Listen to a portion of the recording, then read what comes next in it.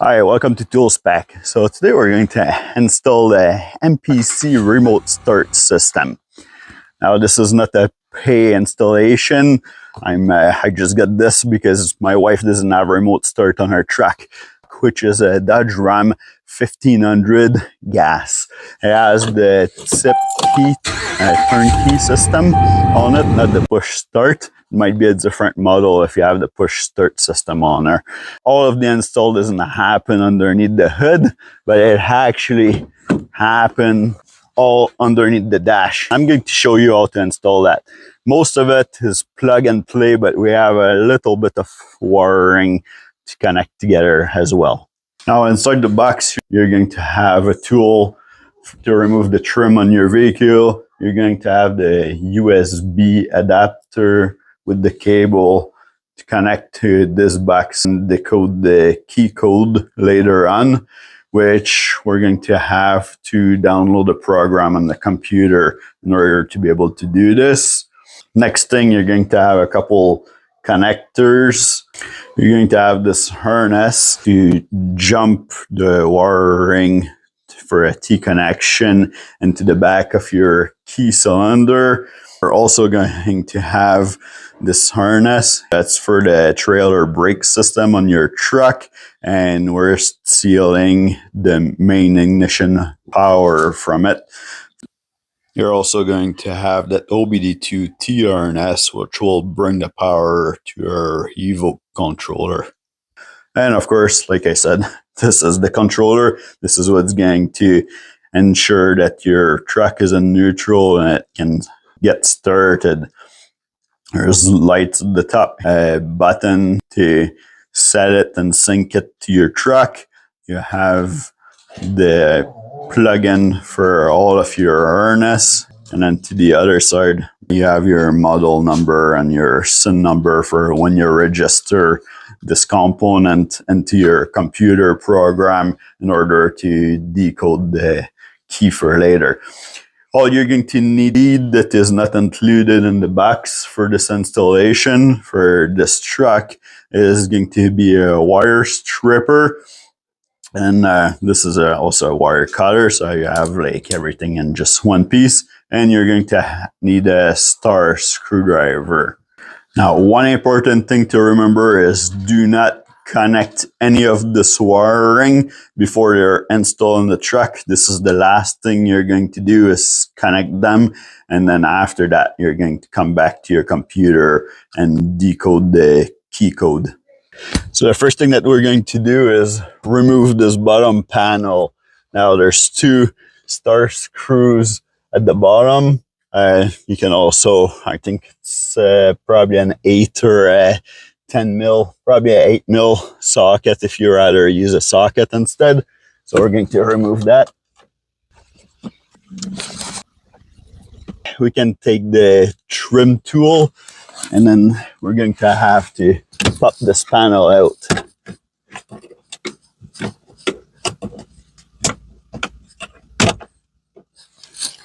It just clips like this at the edge. It's going to be the same thing on the other side. Now after we have this panel off, we can just let it hang here.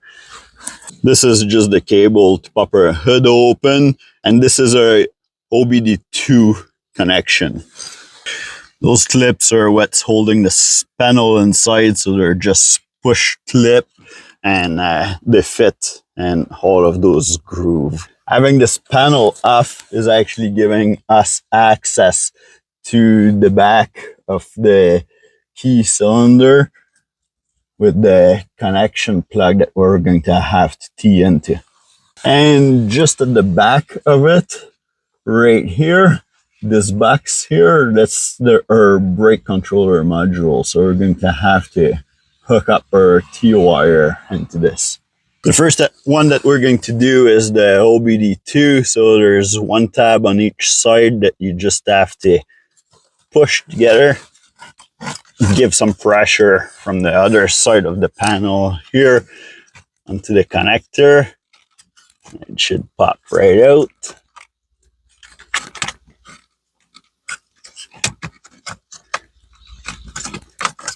just like so.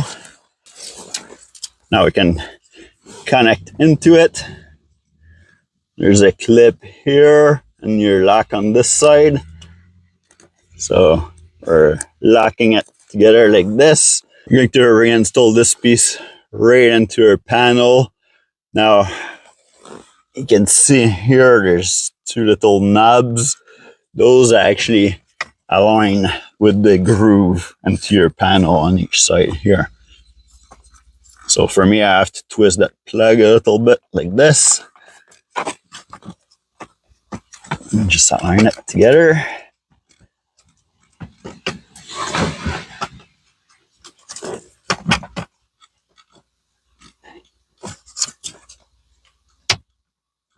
Should be able to just click it in here.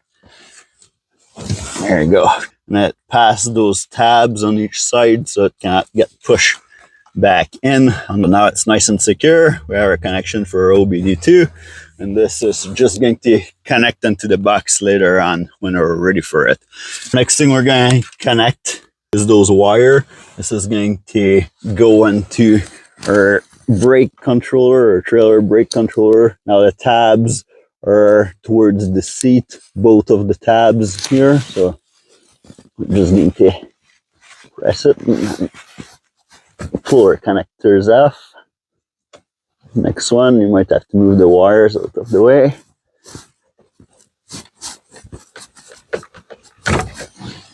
Okay, and now it's just straight connection. Just like so.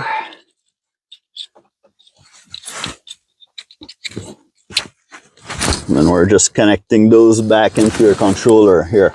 And the whole of this is just so that we can have this wire without having to cut into any harness.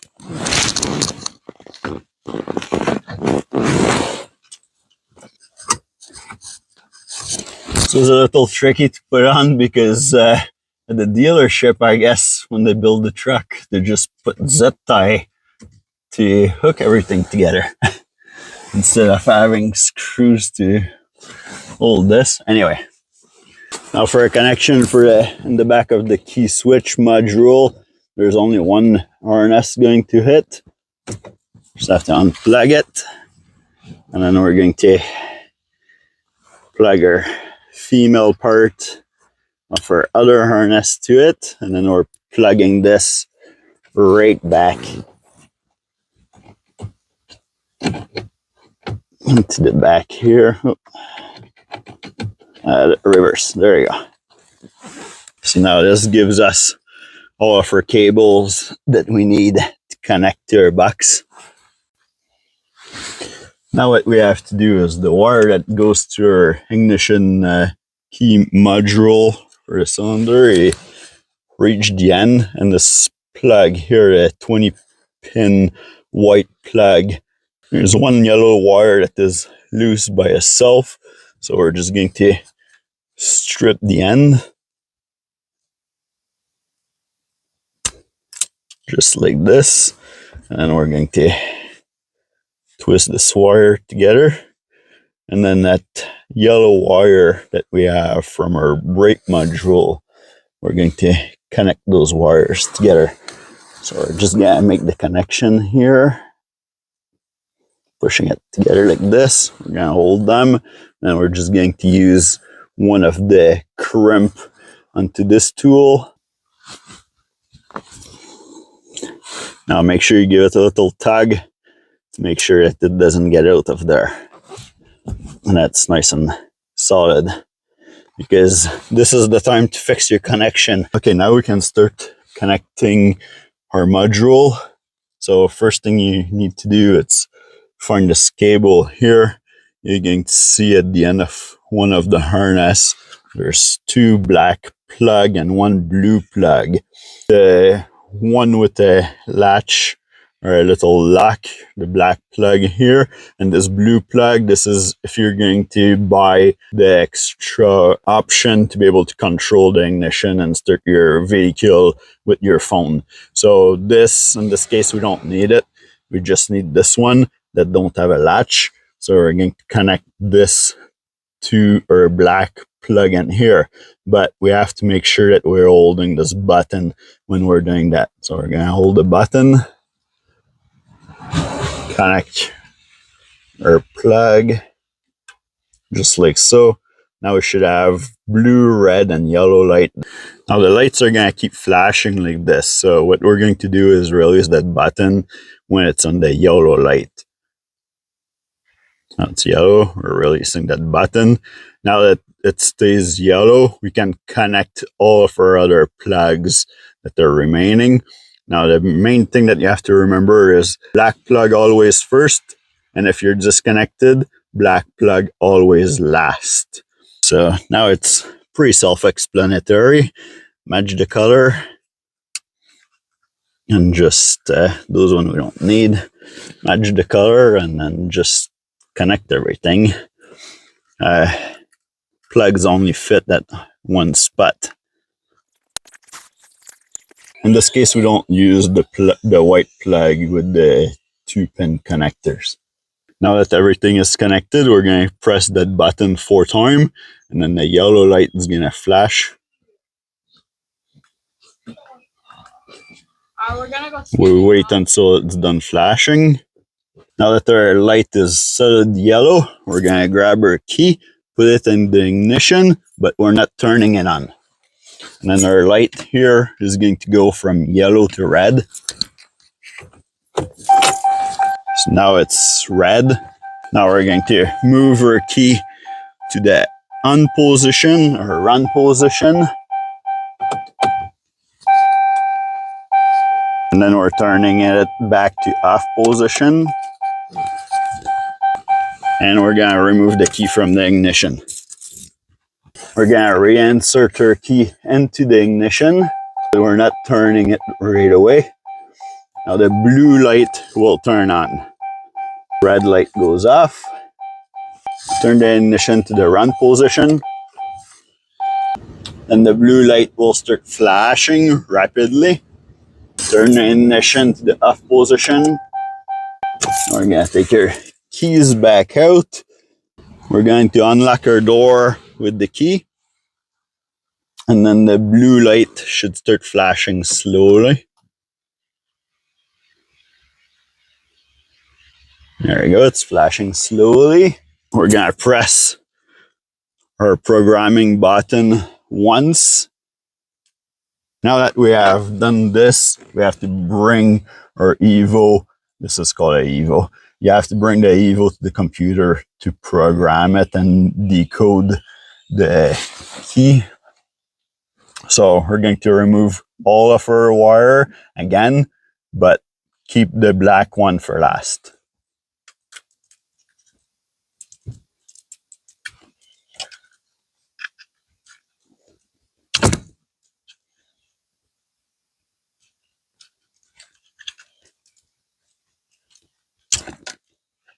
Now be careful pulling on the wires. You want to try to pull onto the plastic piece, not really onto the wire, because if you pull one of those out, you're probably going to need a new harness.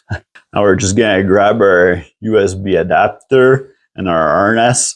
Now the plugs are a little bit different. So this one with the ripple on each side, it's going to get connected in our Evoke. And then the other one, which is a little bit thinner and flat on the side, it's going to connect with the lock pointing up, like this. You might have to push on the lock to be able to drive it in a little bit more. Here's something interesting. I wasn't able to get into this page here. It keeps saying that the unit was disconnected, even though I had everything connected. And what was happening is the light on this unit was blue and the light on here was red. So I would connect this part, it would be white, then turn green, and then the window would look like it want to start, and then all of a sudden it would turn red, and the light here would be blue, and nothing would connect. So I was saying update the firmware and try to use another port onto the computer. I tried to do this and it wasn't working. What was happening is actually something really simple. I just had to connect this USB port first and then have this disconnected and then connect it after the USB port was connected. And then this turned green and the light here went from blue to red and the window actually opened to where we're supposed to be.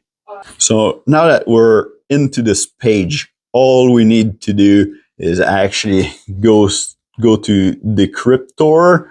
That's all we have to do in here. We don't want to change any of the door lock or any other function right now until we actually try the unit and see how it works on the truck. We don't want to play with any of the other functions. So we only want to decrypt the key. So we'll go to decryptor and data transfer. We're going to go down, send the data. So that says the immobilizer data is now being analyzed by the decryptor server and a new key code is being generated. Please wait until this process. It may take a few minutes. It just sent us to another page. The immobilizer bypass key code is now being sent to the unit. Please wait. The decryptor has finished processing the data. The module has been updated and it's ready for use. You can now disconnect the module and reinstall it on the vehicle and complete the remote start installation. Now again, remember, the black connector always needs to get connected first.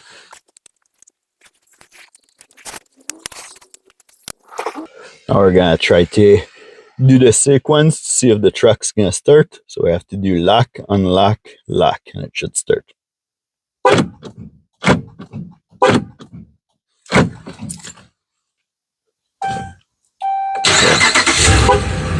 Yeah. So now we were able to start it with the key like this. We want to disconnect everything.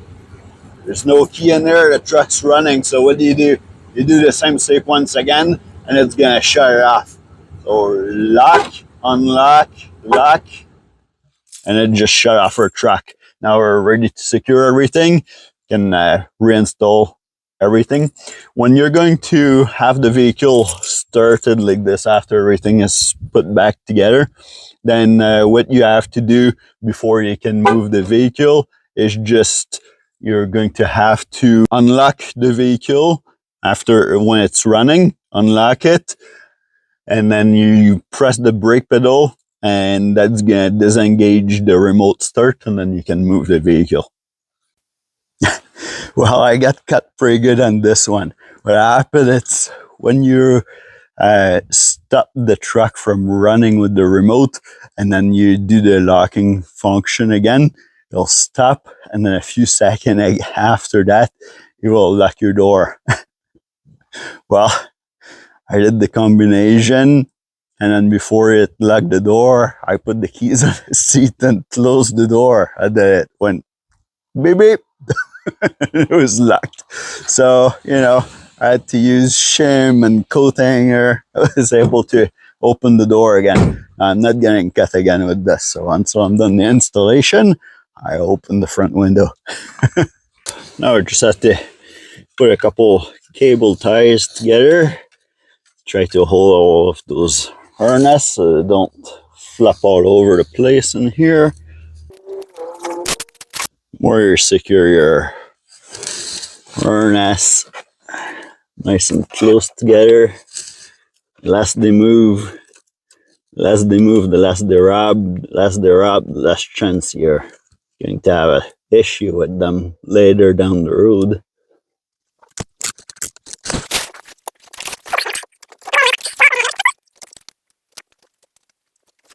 The main thing is try to keep them away from your pedal. Alright, now I can clip this back together.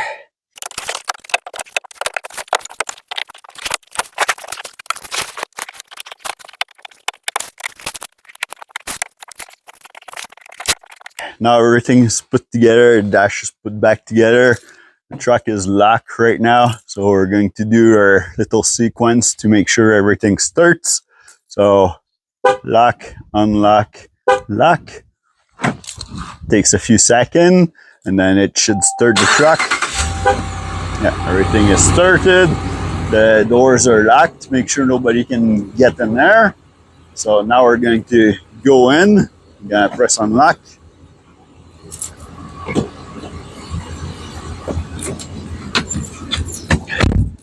Now we're just gonna put our key in the ignition, put it to run, and then we're gonna press our brake, and then that should take the remote control, the remote start off. And now, in theory, I should be able to move the vehicle. Put it in reverse.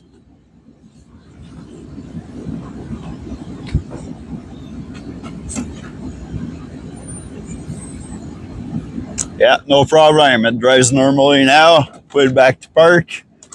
Shut it off. Shut off normal.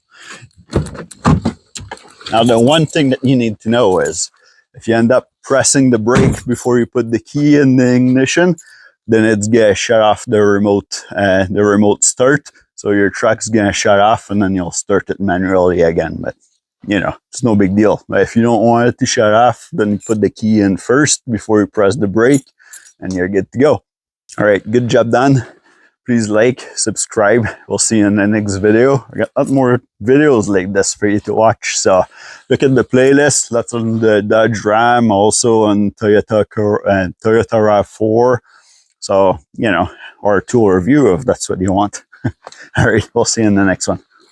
If you're interested in getting one of those MPC remote start for your vehicle, cars, or truck, there's lots of model available out there. I will have a link in the description.